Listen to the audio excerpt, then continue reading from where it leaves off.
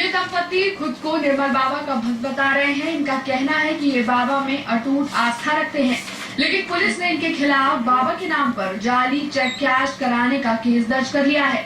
इन पर आरोप है कि इन्होंने निर्मल दरबार के जाली चेक पर जाली साइन करवाकर निर्मल दरबार को 1 करोड़ का चूना लगाया है, लेकिन दंपति की सफाई कुछ और ही है।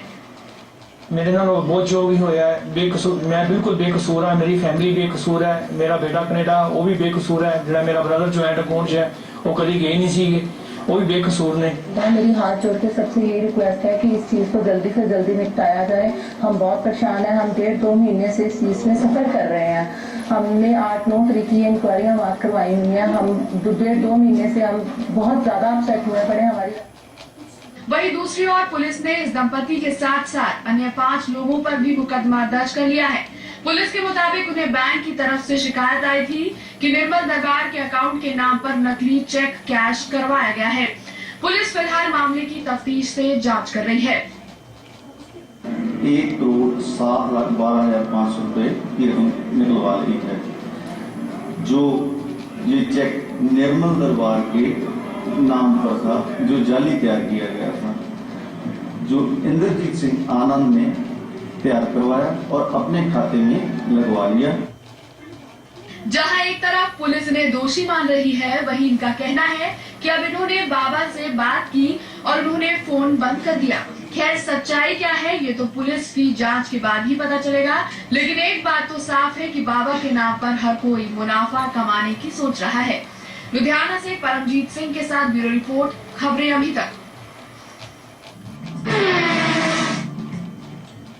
चलिए, तो एक पहलू है कि जहां पर एक मामला सामने आता है और उसमें निर्मल दरबार का नाम बीच में आता है, लेकिन हमारा मुद्दा कि निर्मल बाबा जो दावे करते हैं वो कितने सही हैं, क्या वो दावे और उन दावों के द्वारा वो वाकई में हल निकाल देते हैं लोगों की समस्या का, ये हमारा सवाल। हमारे साथ फोन लाइन के जरिए जुड़ चुके हैं आचार्य दीपक जी। दीपक जी, आप देख ही रहे होंगे कि जितनी बातें निकलकर सामने आ रही हैं कि निर्मलजीत सिंह नरूला या फिर आप कहें कि निर्मल बाबा कितने सही है दावे, आपका विवेक क्या कहता है?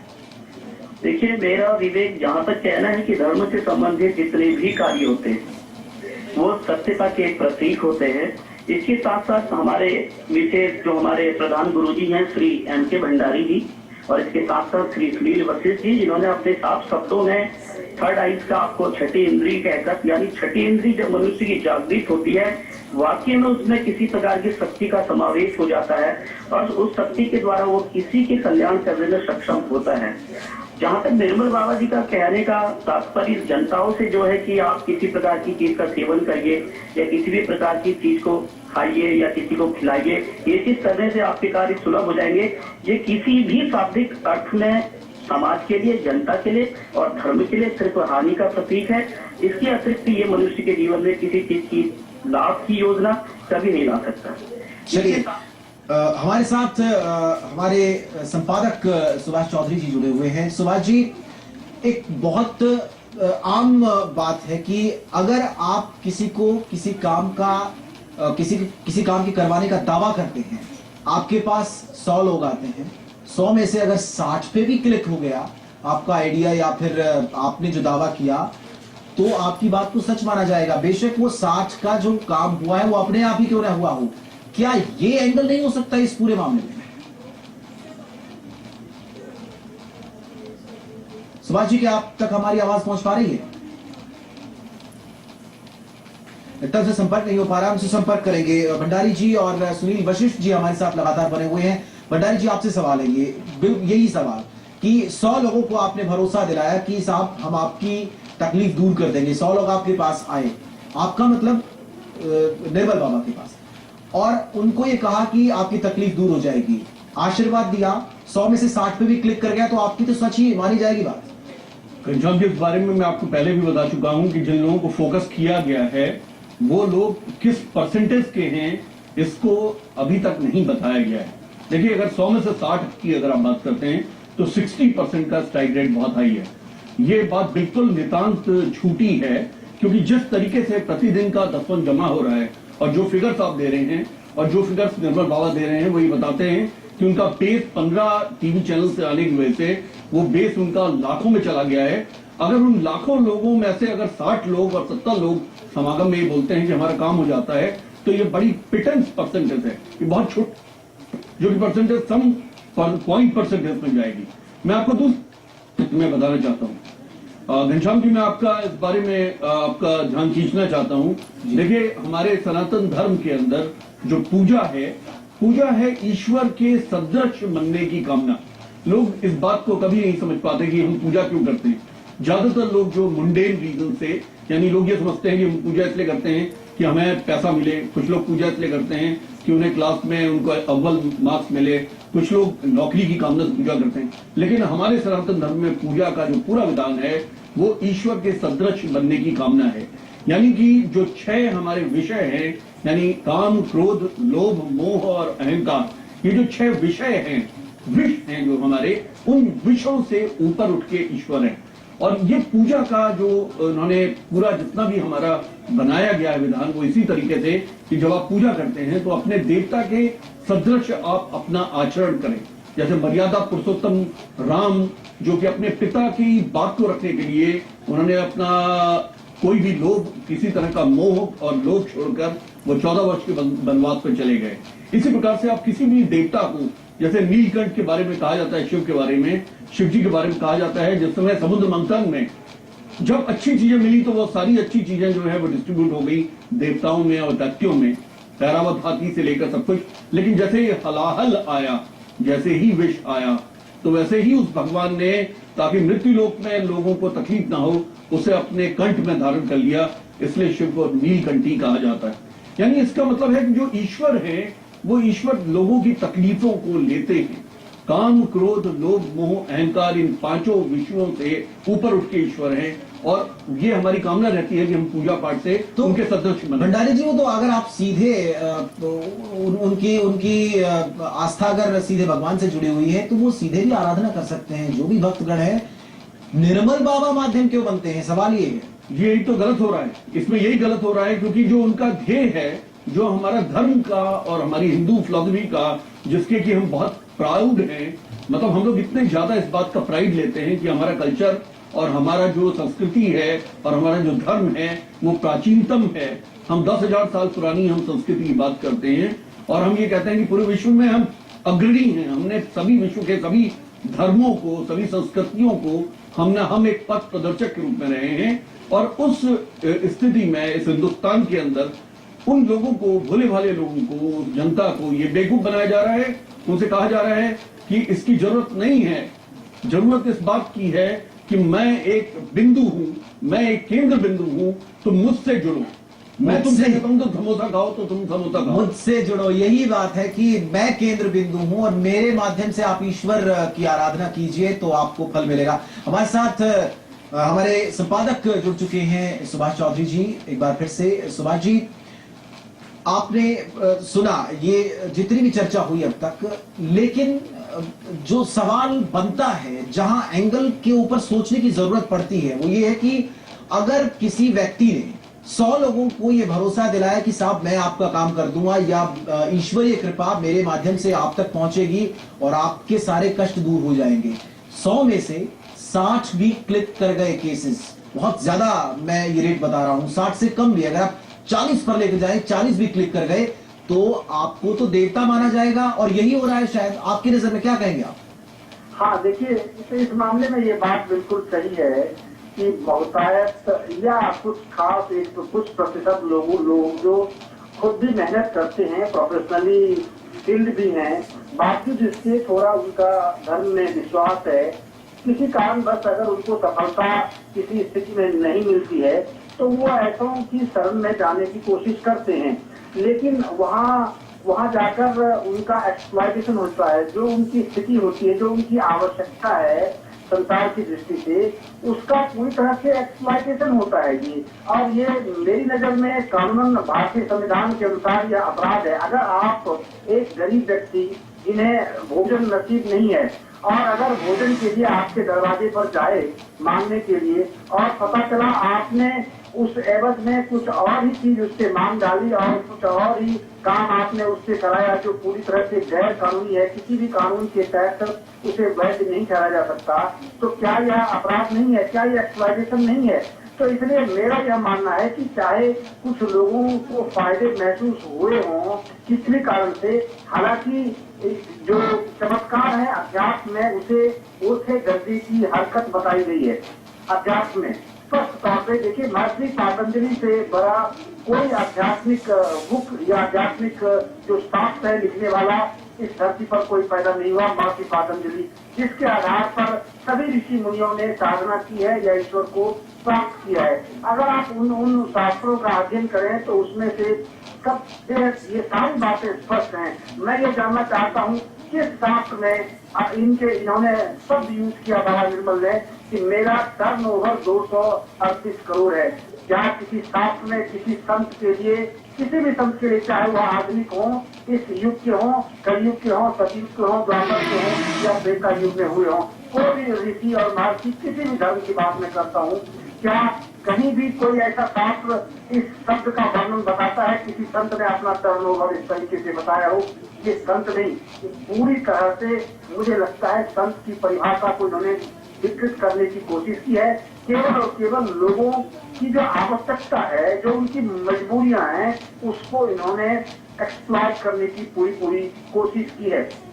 अगर मैं दसबंध की बात करूं तो दसबंध आप बताएं किस शास्त्र में? पंडित जी बैठे हैं, पंडित जी बताएंगे, अक्सर शास्त्रों की व्याख्या करते हैं।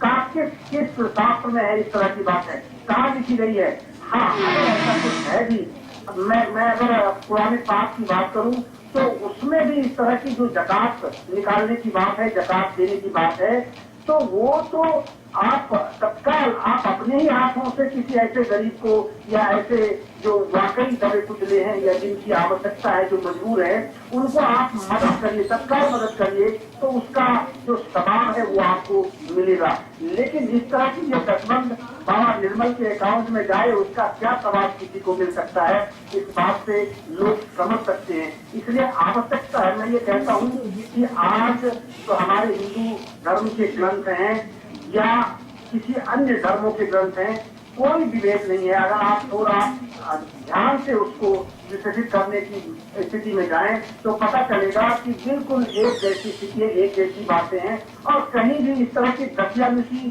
चीजों के लिए जगह उन शास्त्रों में नहीं है। लेकिन इन लोगों ने उन शास्त्रों की उक्तियों को या सुक्तियों को या सूत्रों की परिभाषा को पूरी तरह से बदल दिया अपनी सुविधानुसार। इसलिए आज ऐसी स्थिति है और अब लोगों को संत साधु ऐसे शब्दों से सख्त घृणा होने लगी है। बिल्कुल सख्त घृणा होने लगी है जब से ये टर्नओवर की बात सामने आई है। टर्नओवर बड़ी बड़ी कॉर्पोरेट कंपनीज का होता है। 250 करोड़ का टर्नओवर होना किसी संत के लिए, किसी समागम के लिए बहुत विचित्र सी बात है। जो बात की है वो बहुत ही खूबसूरत है। देखिए, एक बात देखिए कि हमारे गीता के अंदर में जीवन जीने की कला, उसके बारे में उपदेश है। उसमें कहा गया है कि कर्मण्ये वाधिकारस्ते मा फलेषु कदाचन, यानी हे मनुष्य, तू अपना कर्म कर और कर्म फल पे तेरा कोई अधिकार नहीं, उसके प्रति कभी अपना ध्यान मत लगा, वो तुझे स्वयं मिलेगा अगर तू कर्म करेगा। इसी प्रकार से गीता में कहा है परित्राणाय साधुनाम विनाशाय च दुष्कृताम धर्म संस्थापनार्थाय संभवामि युगे युगे। यानी कहने का मतलब है कि कोई भी जो कार्य तूने करना है वो कार्य परित्राणाय साधुनाम, यानी साधुता के को बढ़ावा देने के लिए, और विनाशाय च दुष्कृताम, जो लोग जो है इस जीवन के अंदर में खराबियां कर रहे हैं या जीवन में जो किसी तरह की रुकावटें जा रहे हैं, सोसाइटी में किसी प्रकार का वो कोई विष फैला रहे हैं, उनके नाश के लिए, और इसके लिए मैंने जन्म लिया है और मैं तुझे इसका पथ प्रदर्शक हूं, मैं तुझे भी ये करने को कहता हूं। निर्मल बाबा ने वो जीवन जीने की जो कला की, जो हमारी महान पुस्तक है गीता, उसके अगेंस्ट काम किया है। उन्होंने लोगों को एक छोटा फल सामने दिखाया है। उन्होंने कहा तुम मुझसे जुड़ो, ये सुभाष चौधरी साहब ने बहुत अच्छा यही बात गलत है, यही बात जो है लोगों को ज्यादा खल रही है, और जो भी लोग देख रहे हैं ये बात उनको शायद यही चुभ रही है कि आखिर मुझसे जुड़ो, पैसा दो, फिर आपका काम होगा। ये बड़ा विचित्र। हमारे साथ शिवाचार्य जी जुड़ गए हैं फोन लाइन के जरिए। शिवाचार्य जी, आपका विवेक क्या कहता है, किसी अध्यात्म से जुड़ा शब्द टर्नओवर कैसा लगेगा आपको? देखिए, जो भी ये हो रहा है शास्त्रों की सम्मति अनुसार बहुत ही गलत हो रहा है। आज का इंसान वैसे ही बहुत नास्तिक होता जा रहा है। जो भी थोड़ी बहुत आस्था रखते हैं वो ऐसा ढोंग और छलावा देख देख के परमात्मा, धर्म, ब्राह्मणों और साधु संतों को मानना छोड़ देंगे। किसी भी संत का पैसे से या भोग से कोई लेना देना नहीं है। पैसा जो है भोग का सीधा साधन है। जब पैसा होगा तभी भोग के हर एक साधन प्राप्त होंगे। और साधु का और भोग का, संत बाबा का, भोग का कहीं भी किसी भी प्रकार का कोई संबंध नहीं है। यदि आप लोगों को ठग करके, जैसे कि भी बताया गया, देखने को मिल रहा है कि आप पहले 2000 रुपए मेरे अकाउंट में डालो, फिर उससे जुड़ो और फिर मैं आपकी हर एक कामना पूरी करूंगा, दुखों को दूर करूंगा, ये बिल्कुल गलत है। एक सोचने की बात है। या जहाँ पे 4000 लोग इकट्ठे होते हैं, सीधी सी बात है, उनमें 4000 की ही किस्मत खराब नहीं है। हो सकता है 10 की किस्मत अच्छी हो, उनका काम होना हो, उनकी किस्मत सुधरनी हो, उनका लक साथ दे रहा हो और वो हो जाए, वो 10 के 10 खड़े होके बोल दे, तो इसको शक्ति या चमत्कार नहीं मान सकते हम। चमत्कार उसको मानेंगे 1% बंदे को आप बुला के, और यदि उसका नसीब, उसका भाग, उसकी किस्मत बदल देते हो तो हम मान सकते हैं कि आपका फर्स्ट चक्र यानी कुंडली जागृत है। कुंडली जागृत का सीधा मतलब है माँ काली का साक्षात शक्ति प्राप्त करना। जिसकी भी कुंडली जागृत हो जाएगी वो भूमंडल को अपनी उंगली पर घुमा सकता है। जैसे कि आज के काल में शंकराचार्य जी की कुंडली जागृत थी, जिन्होंने श्री सूक्त का पाठ करके धरती पर स्वर्ण की वर्षा करा दी। कनक धारा और श्री सूक्त का पाठ करके स्वर्ण की वर्षा करा दी।